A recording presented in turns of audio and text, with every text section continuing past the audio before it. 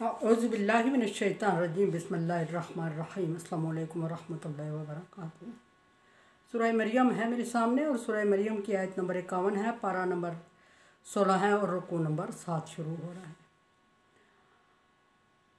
आयत नंबर 57-56 में अल्लाह तबारक व तआला ने इब्राहीम अलैहिस्सलाम का ज़िक्र फरमाया और इब्राहीम अलैहिस्सलाम की खुशनसीबी ज़िक्र करते हुए फरमाया कि पहली खुशनसीबी ये कि इब्राहीम अलैहिस्सलाम अपने आबा व अजदाद को, सबको, अपने मुल्क को, अपनी कौम को छोड़ के अल्लाह के दीन की खातर तौहीद बारी ताला के प्रचार के लिए दूर जा आबाद हुए।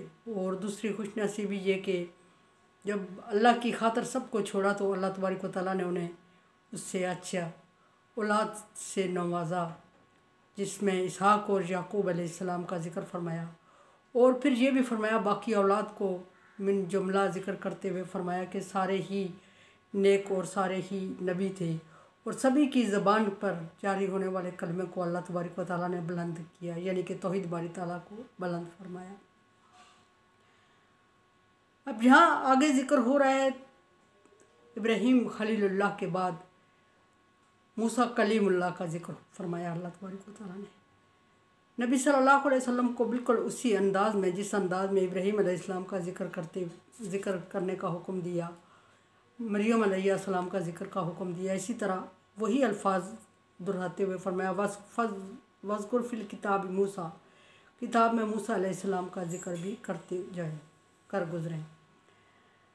बात वहाँ से शुरू हो रही है जहाँ से नबी सल्लल्लाहु अलैहि वसल्लम से मुशरिकीन मक्का ने कुछ सवाल किए और आप सल्लल्लाहु अलैहि वसल्लम को बातें कुछ ऐसी पूछी कि जिसके बाद अल्लाह तबारक व तआला ने क़ब्ल अज़ वक्त नबी सल्लल्लाहु अलैहि वसल्लम को सारे पैगम्बरों के किस्सा सुना के कुरान पाक में नाज़िल करके आप सल्लल्लाहु अलैहि वसल्लम के इल्म को महफूज किया, ताकि आइंदा अगर कोई सवाल पूछा जाए आप सल्लल्लाहु अलैहि वसल्लम से इल्हामी किताब के बारे में, इल्हामी इल्म के बारे में, तो आप सल्लल्लाहु अलैहि वसल्लम के पास बर वक्त उसका जवाब मौजूद हो। ऐसे पहले एक दो बार हुआ कि आप सल्लल्लाहु अलैहि वसल्लम जवाब ना दे सके, वही आने में देर हुई और आप सल्लल्लाहु अलैहि वसल्लम को तकलीफ़ का सामना करना पड़ा। यहाँ फरमाया कि वज़कुर फिल किताब मूसा, किताब में मूसा अलैहिस्सलाम का ज़िक्र भी फरमाए नबी सल्लल्लाहु अलैहि वसल्लम, इन्नहु काना मुखलसन, कि वो मुखलिस था, चुना गया था, ख़ास किया गया बंदा था। मुखलिसन दीन के लिए अपनी नीयत को साफ़ किए हुए था, मुखलसन चुना गया था, अल्लाह ने ख़ास कर दिया था उसको। दोनों तरह पढ़ा जाए दोनों ठीक है। मुखलसन जिसको ख़ास कर दिया अल्लाह तबारक व तआला ने, चुन लिया अल्लाह तबारक व तआला ने।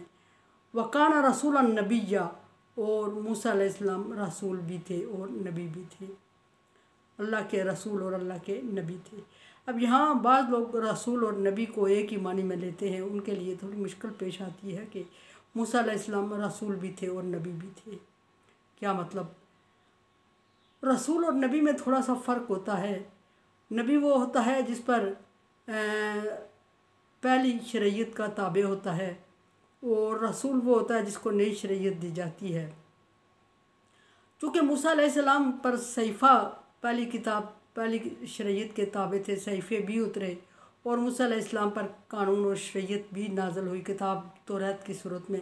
सो मूसा अलैहिस्सलाम नई शरीयत भी नाज़िल हुई। सो मूसा अलैहिस्सलाम रसूल भी हैं और नबी भी, और बैक वक्त ये दोनों चीज़ें सिर्फ मूसा अलैहिस्सलाम का क्रेडिट है कि ये दोनों चीज़ें सिर्फ मूसा अलैहिस्सलाम पर बैक वक्त उतरी के सहीफ़ा भी और किताब भी।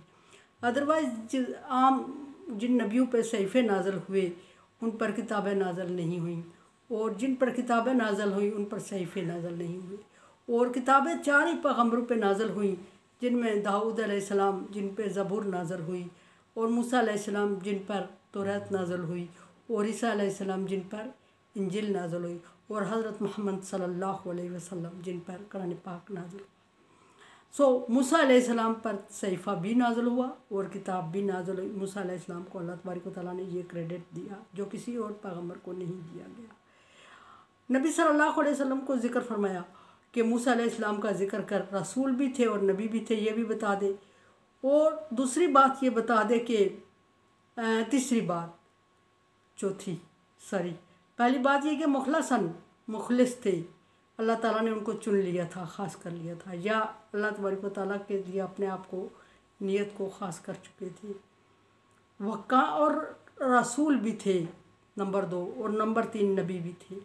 डिटेल हो चुकी इसकी कि रसूल और नबी किस तरह, मुखलिसन कैसे।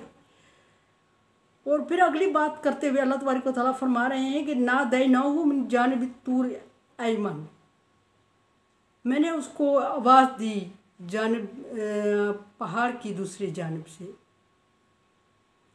वक़र्रबनहु नजीजा, और फिर उसको करीब कर दिया सरगोशी के लिए, ख़ास कर दिया।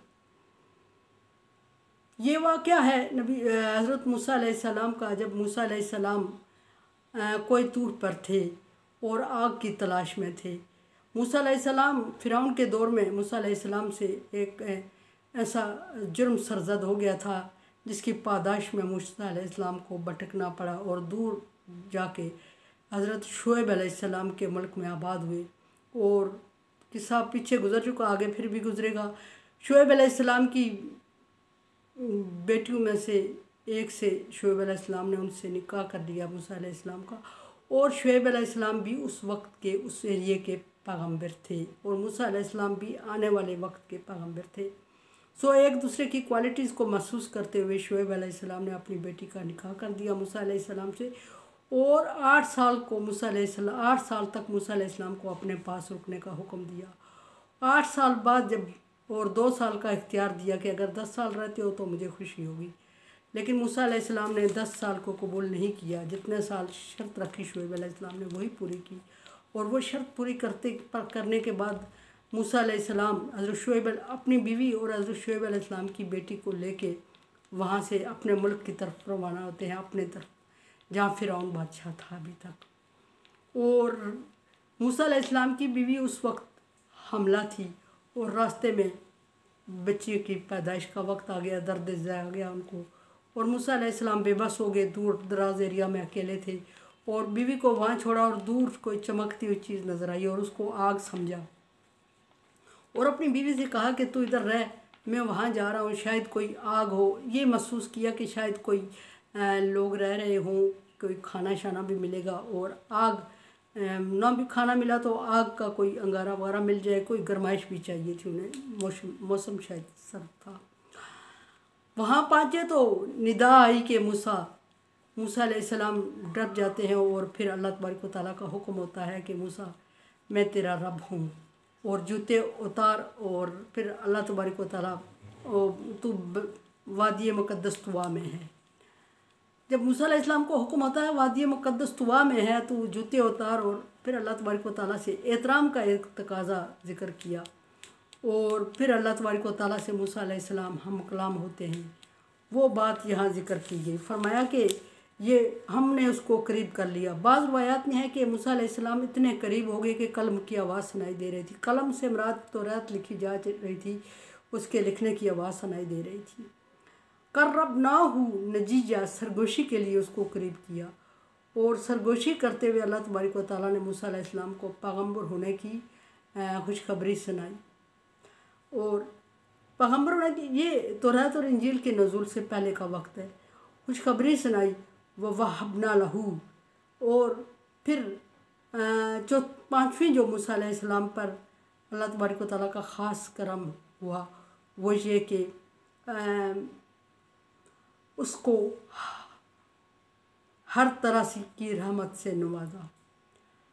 हर तरह की रहमत से नवाजने का मराद ये है कि मूसा अलैहिस्सलाम को फिर नबूवत दी, तौरात दी, और तौरात के साथ सहीफ़े भी नाज़िल हुए मूसा अलैहिस्सलाम पर, और अपने ख़ास बंदों में शामिल कर लिया, मुखलिसन फरमा दिया। और फिर उसके बाद जिक्र करते हुए अल्लाह तबारक व तआला फरमा रहे हैं कि ख़ास रहमत की उस पर।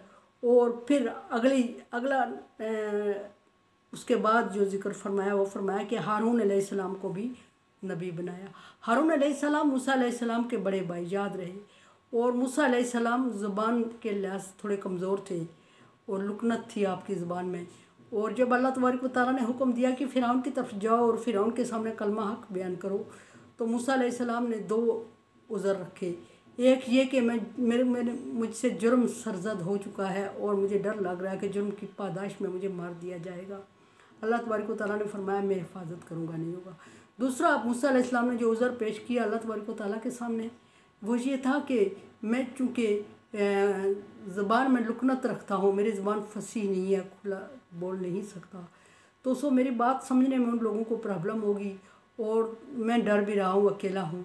तो तू मेरे भाई हारून को मेरा वज़ीर बना दे और उसको नबी। अल्लाह तबारक व तआला ने मूसा अलैहिस्सलाम की दुआ पर हारून अलैहिस्सलाम को भी नबूवत अता फरमाई।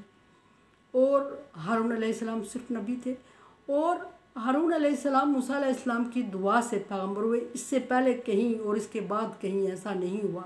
इवन के हुजूर सल्लल्लाहु अलैहि वसल्लम ने दुआ फरमाई कि मेरे चचा अबू तालिब को ईमान की दौलत से नवाज।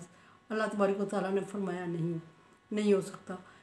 मूसा अलैहिस्सलाम वो पहले नबी हैं जिनकी दुआ कबूल हुई इस सूरत में कि उनके भाई को पैगम्बर बनाया गया उनकी दुआ पे। अदरवाइज़ अगर किसी ने किसी के लिए बख्शिश की दुआ भी की हो, वो मुस्लिम नहीं था तो कबूल नहीं हुई।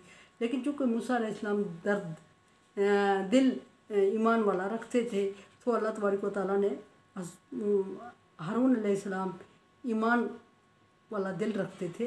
अल्लाह तबारक व तआला ने मूसा अलैहिस्सलाम की दुआ को कबूल करते हुए उन्हें नबूवत ना सिर्फ मूसा अलैहिस्सलाम का वज़ीर बनाया बल्कि नबूवत भी अता फरमाई। और ये मूसा अलैहिस्सलाम का ख़ास ज़िक्र मुखलिसन पढ़ा जाए अगर, तो अपनी नीयत को अल्लाह तबारक व तआला की इबादत के लिए और अल्लाह तबारक व तआला के हुक्म के लिए ख़ास कर देना। हज़रत ईसा अलैहिस्सलाम से हवारियों ने पूछा, एक रवायत में है कि मुखलिसन कौन है, मुखलिस कौन है? तो हज़रत ईसा अलैहिस्सलाम ने उसका जवाब देते हुए फरमाया कि वो बंदा जो अपनी नीयत को अल्लाह के लिए ख़ास कर ले। वो कैसे? वो ऐसे कि उसको दुनियावी नाम की लालच ना हो और उसको ये ना लालच हो कि उसके काम पर उसको दुनिया में क्रेडिट दिया जाए, बल्कि वो सिर्फ़ अल्लाह की रज़ा की खातिर काम करे, दिखावा ना करे, वो मुखलिसन है। और फरमाया कि मूसा अलैहिस्सलाम को अल्लाह ताला ने ख़ास कर दिया। मेरे चैनल को देखें, समझें और सब्सक्राइब करें। तावनु अलल बिर्रि वत तक़वा, अल्लाह का हुक्म है कि नेकी और तक़वा के काम में तावन करें। अगर आप समझते हैं काम तावन के काबिल है तो तावन करें, अगर समझते हैं नहीं है तो फिर मुझे राय दें, मैं आपकी राय की मुंतज़िर रहूँगी। अल्लाह हाफ़िज़।